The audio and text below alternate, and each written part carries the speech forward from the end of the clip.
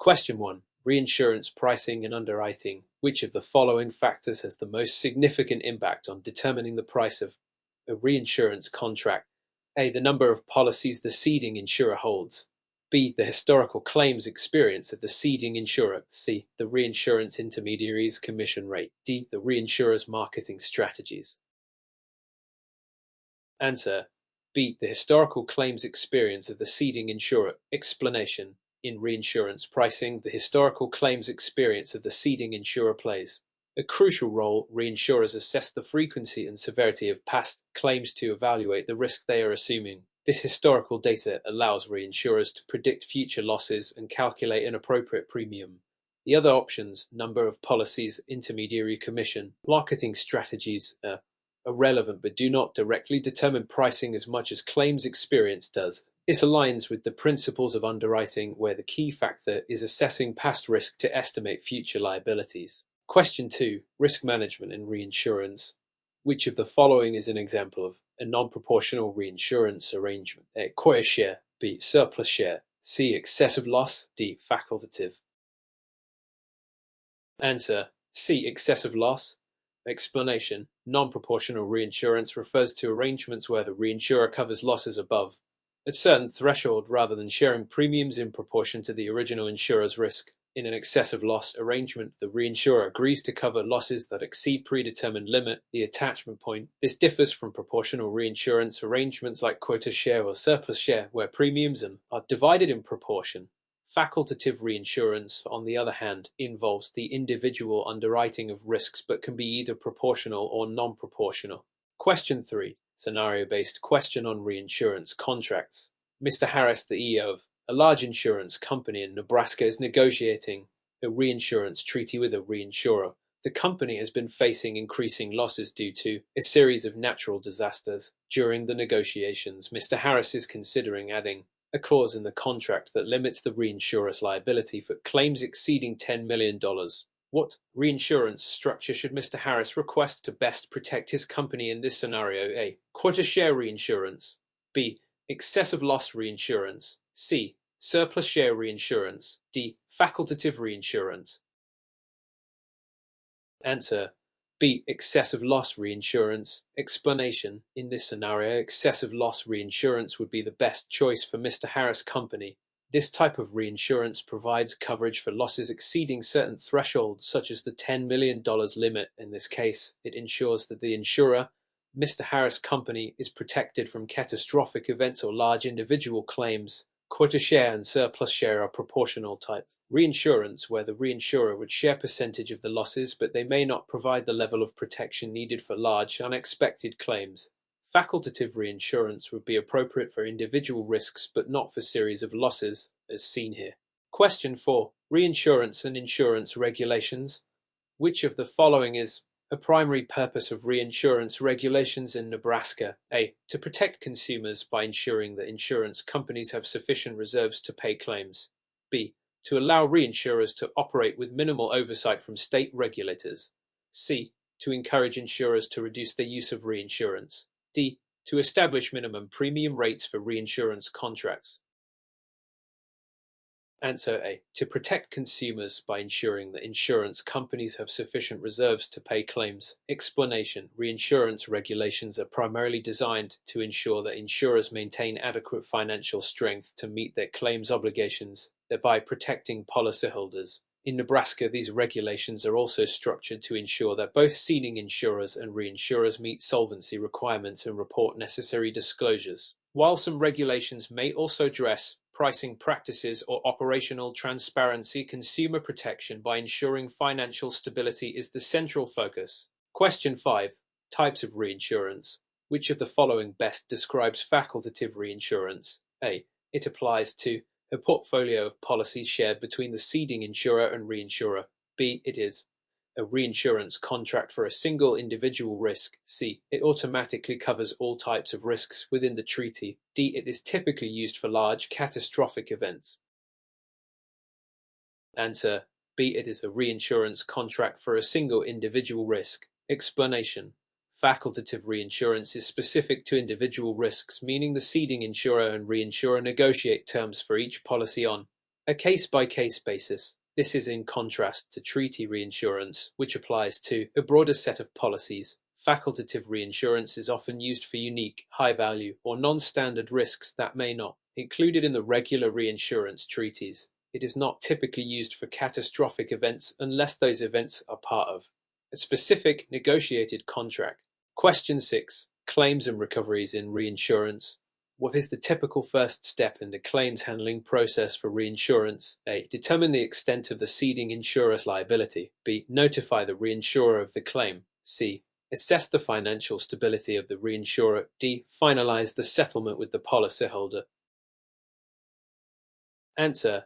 B. Notify the reinsurer of the claim. Explanation. The first step in the claims handling process is notifying the reinsurer of the claim. Once a claim is filed, the ceding insurer has an obligation to report the claim to the reinsurer under the terms of the reinsurance contract. After notification, the reinsurer and ceding insurer will work together to assess the claim, determine liability, and settle the payment based on the terms of the reinsurance agreement. It is essential that the reinsurer is involved early to ensure that they can begin their own evaluation and provide timely reimbursement. Question 7. Risk management in reinsurance. In managing catastrophic risk, which reinsurance strategy is most commonly used? A. Quota share reinsurance.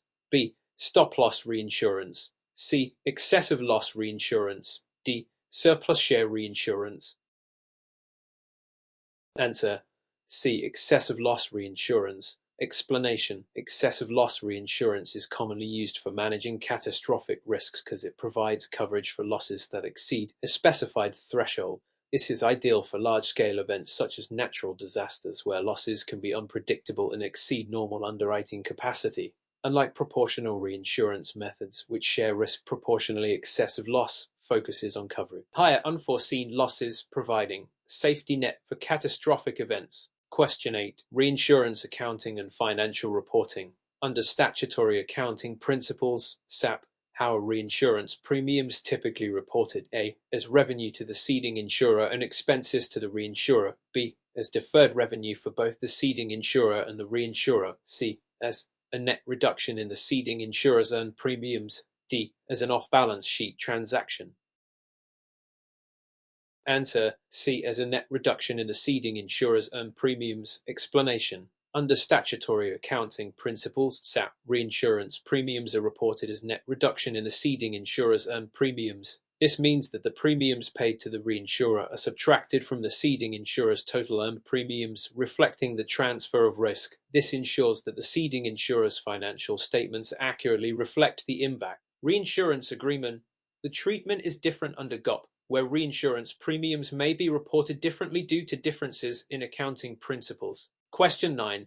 Regulatory framework for reinsurance. Which of the following is a key requirement for reinsurers operating in Nebraska? A. They must maintain a surplus of at least 200% of their reserves. B. They must provide quarterly claims reports to the Nebraska Department of Insurance. C. They must be licensed by the Nebraska Department of Insurance to operate within the state. D. They must offer all reinsurance contracts in Nebraska at the same rate. Answer. C. They must be licensed by the Nebraska Department of Insurance to operate within the state. Explanation. Reinsurers operating in Nebraska are required to be licensed by the Nebraska Department of Insurance to ensure that they meet state-specific financial and regulatory standards.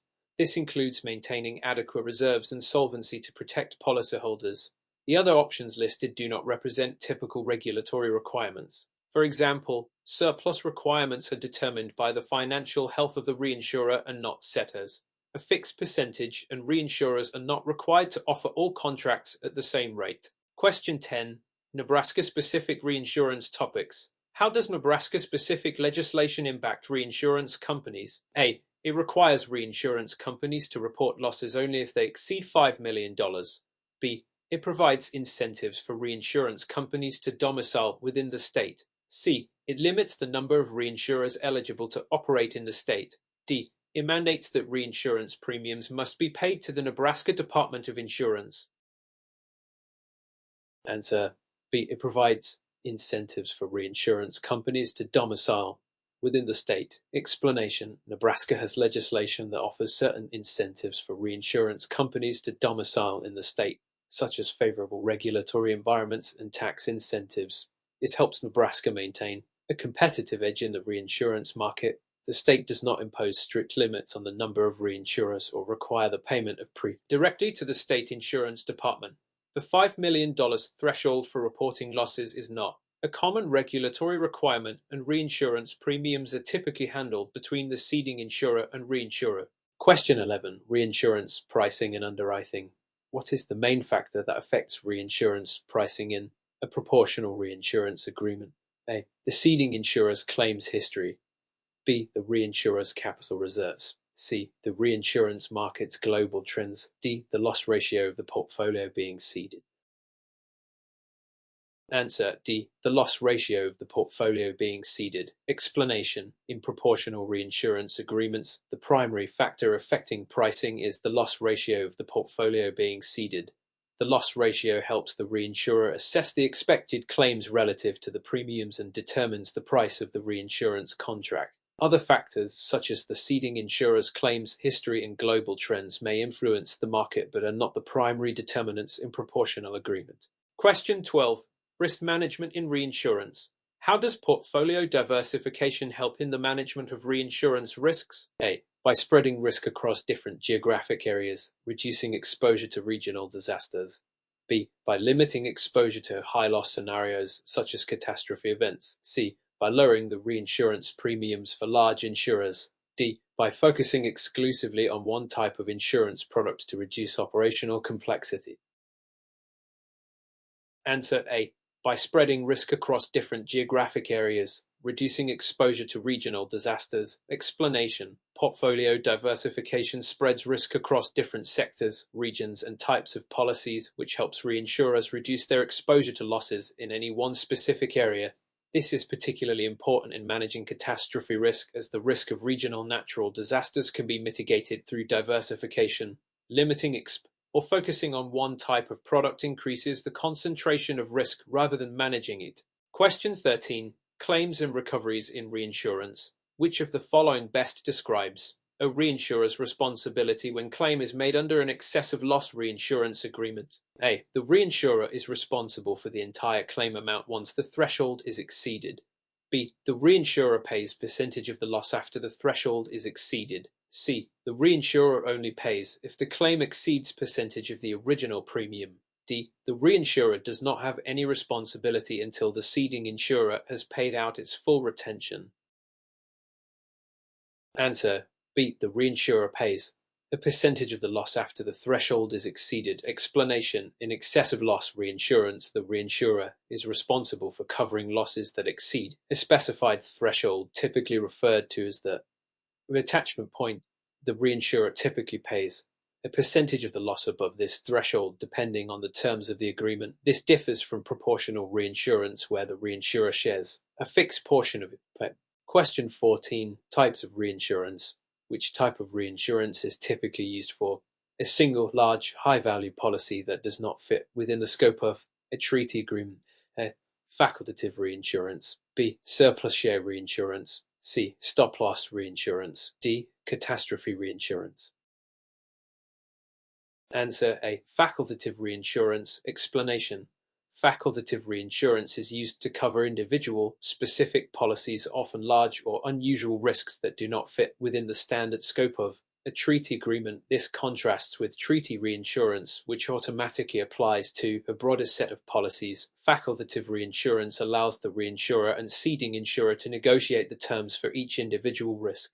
Question 15. Reinsurance accounting and financial reporting. Which accounting method is typically used to report reinsurance transactions under U.S. statutory accounting principles? SAP. A. Accrual basis accounting. B. Cash basis accounting.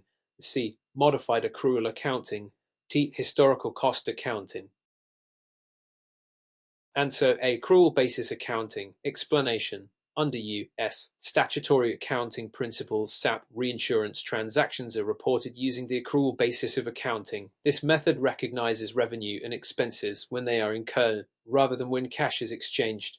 This allows insurers to reflect the financial impact of reinsurance transactions in a timely manner, ensuring that liabilities and premiums are accurately reported. Question 16. Reinsurance contracts.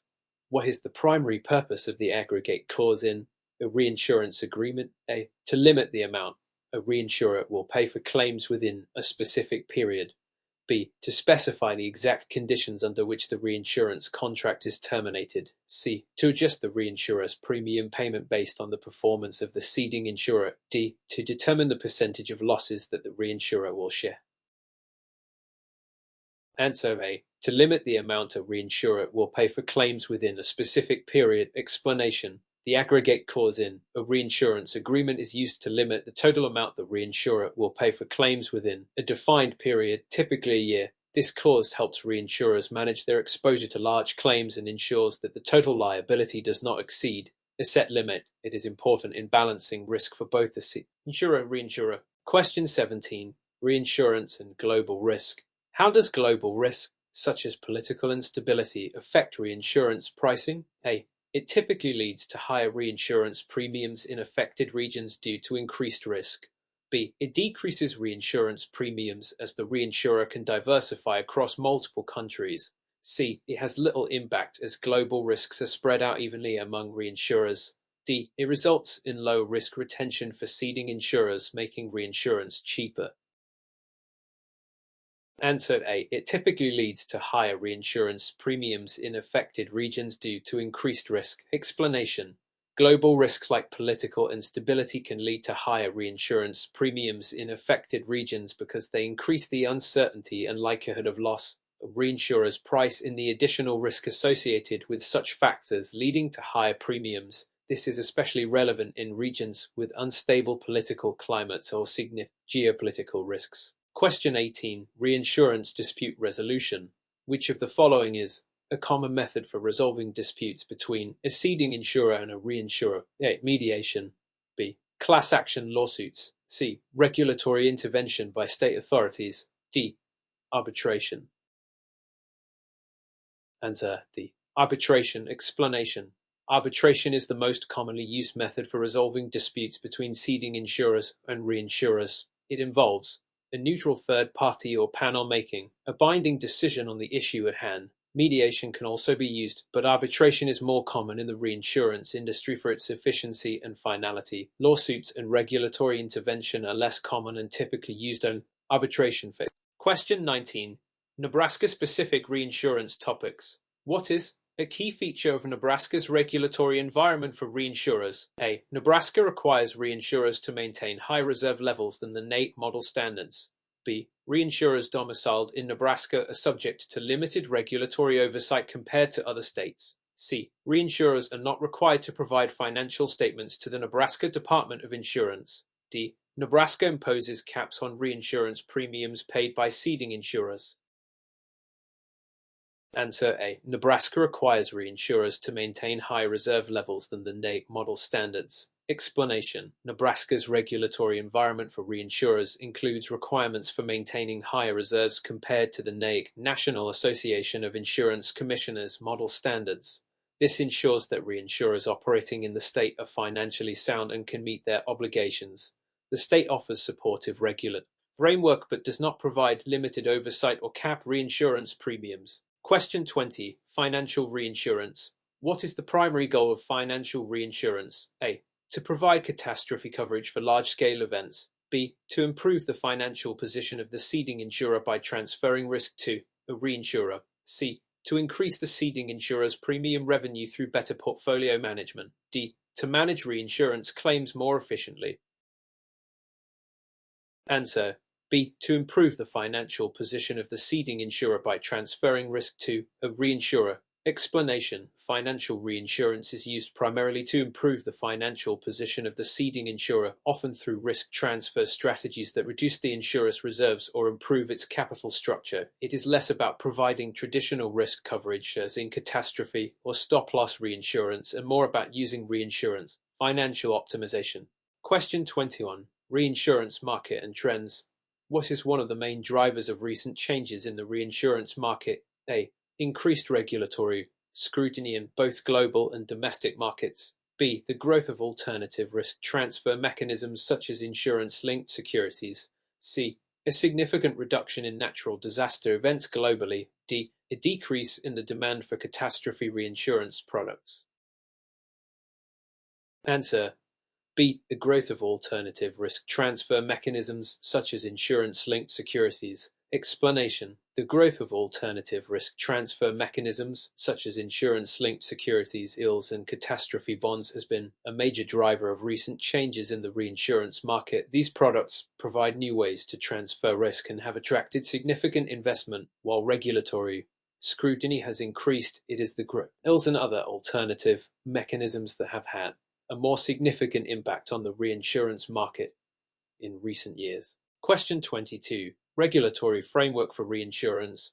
What is the role of the Nebraska Department of Insurance in regulating reinsurance companies? A. To act as a mediator in all reinsurance disputes. B. To ensure that reinsurers maintain sufficient reserves and meet solvency standards. C. To set pricing limits for all reinsurance agreements. D. To directly settle claims between ceding insurers and reinsurers. Answer B. To ensure that reinsurers maintain sufficient reserves and meet solvency standards. Explanation: the Nebraska Department of Insurance ensures that reinsurers maintain adequate financial reserves and meet solvency requirements to operate within the state. This regulatory oversight is critical to ensuring the financial stability of reinsurers and protecting the interests of policyholders.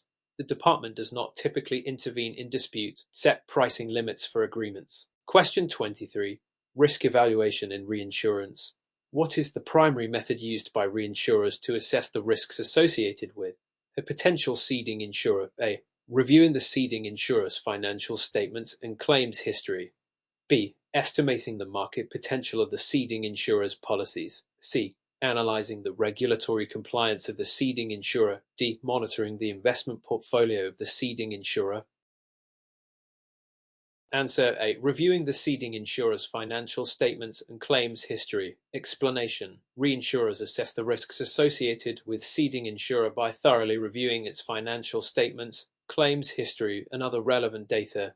This allows them to gauge the financial health of the ceding insurer and the expected frequency and severity of claims. The market potential and investment portfolios are also considered but are secondary to the risk posed by the ceding insurer's operations. Question 24. Catastrophe reinsurance. What is a common characteristic of catastrophe reinsurance agreements? A. They typically cover a broad range of risks but with lower coverage limits than standard reinsurance policies. B. They are triggered when a specific event, such as a natural disaster, exceeds a predetermined loss threshold.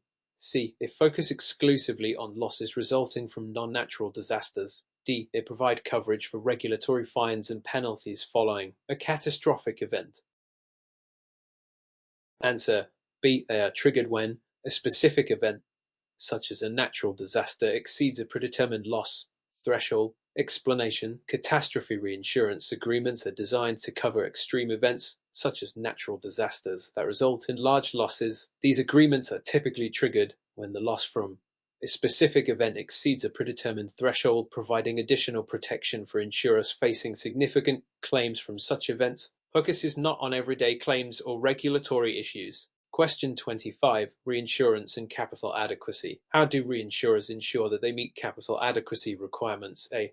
By regularly raising capital through the issuance of equity. B. By maintaining reserves that meet or exceed regulatory solvency standards. C. By reducing the premiums they charge to policyholders. D. By relying on external investors to cover unexpected claims. Answer B. By maintaining reserves that meet or exceed regulatory solvency standards. Explanation: reinsurers ensure they meet capital adequacy requirements by maintaining reserves that meet or exceed the regulatory solvency standards set by insurance regulators. These reserves act as the buffer to ensure that the reinsurer can cover claims and remain financially solvent, even in the event of large, unexpected losses. Raising capital through issuance may be done, but it is not the primary method for ensuring capital adequacy. Question 26. Surplus share reinsurance. What is a key feature of a surplus share reinsurance agreement? A. The reinsurer assumes liability for a specific share of losses from all policies within the ceding insurer's portfolio. B. The reinsurer only covers losses above a certain amount for each individual policy. C. The ceding insurer retains all premium payments and passes percentage to the reinsurer. D. The reinsurer only covers losses from high-risk policies and not standard ones. Answer A. The reinsurer assumes liability for a specific share of losses from all policies within the ceding insurer's portfolio. Explanation. In surplus share reinsurance, the reinsurer takes on portion of the liability for losses from the ceding insurer's entire portfolio. The reinsurer's share of the risk and the premium is typically determined based on the size of the individual policies within the portfolio. The reinsurer's responsibility proportional to the share of risk it assumes, unlike excessive loss reinsurance, which only kicks in after certain thresholds are exceeded. Question 27. Reinsurer insolvency. If a reinsurer becomes insolvent, what is typically the first step for the ceding insurer? A. The ceding insurer is required to pay the full amount of the claim directly to the policyholder. B. The ceding insurer must seek the payment from the guarantee association in the reinsurer's domicile state. C. The ceding insurer will continue to honor the claims under the original reinsurance agreement. D. The ceding insurer may have to cover claims until the insolvency is resolved and no immediate claim payments are made. Answer B. The ceding insurer must seek the payment from the guarantee association in the reinsurer's domicile state. Explanation. If reinsurer becomes insolvent, the ceding insurer may be able to recover claims from the guarantee association in the reinsurer's domicile state, which typically provides protection to insurers and policyholders in case of insolvency. This is particularly important in cases where the reinsurer's obligations cannot be met. To its financial failure, the ceding insurer does not automatically pay the claims itself or continue under the original agreement without adjustments. Question 28. Reinsurance pooling arrangements. What is a primary benefit of reinsurance pooling arrangements for smaller insurers? A. The ability to share risks and resources, potentially lowering individual exposure and increasing stability. B. The opportunity to take on more policies and increase premium income without additional risk. C. The ability to set premiums lower than competitors without sacrificing solvency. D. The capacity to access international markets without regulatory restrictions. Answer A. The ability to share risks and resources, potentially lowering individual exposure and increasing stability. Explanation. Reinsurance pooling arrangements allow smaller insurers to share risks and resources, which helps to reduce individual exposure to large losses. This can provide increased financial stability as the risk is spread among multiple insurers in the pool. The pooling mechanism ensures that the smaller insurers have access to the resources of larger insurers, improving their ability to handle large claims. Question 29. Regulatory capital for reinsurers. What is the purpose of regulatory capital for reinsurers? A. To provide a financial cushion to absorb potential future claims. B. To increase profitability by offering low-priced premiums. C. To create a reserve fund for investment in high-risk ventures. D. To reduce the amount of reinsurance premiums paid by ceding insurers. Answer A. To provide a financial cushion to absorb potential future claims. Explanation. Regulatory capital for reinsurers is designed to ensure that reinsurers have enough financial resources to absorb potential future claims and maintain their solvency. This capital acts as a buffer to protect against large unexpected losses. It is not intended for increasing profitability, reducing premiums for ceding insurers, or investing in higher ventures. Question 30. Reinsurance commission structure. What is the typical purpose of a reinsurance commission in a proportional reinsurance agreement? A. To compensate the reinsurer for assuming the risk. B. To reimburse the ceding insurer for the cost of acquiring and underwriting the original policies. C. To fund the ceding insurer's claims handling costs. D. To adjust the ceding insurer's reserves in the event of catastrophic loss. Answer B. To reimburse the ceding insurer for the cost of acquiring and underwriting the original policies. Explanation. In a proportional reinsurance agreement, the reinsurance commission is typically paid to the ceding insurer as a percentage of the premiums it has ceded. This commission helps to reimburse the ceding insurer for the cost of acquiring and underwriting the original policies. It is a way of compensating the ceding insurer for the administrative, operational expenses incurred in acquiring the business that is being reinsured.